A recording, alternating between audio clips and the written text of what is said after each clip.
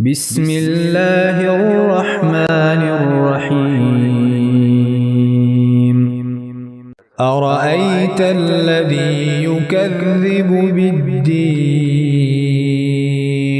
فذلك الذي يدع اليتيم ولا يحض على طعام المسكين فويل للمصلين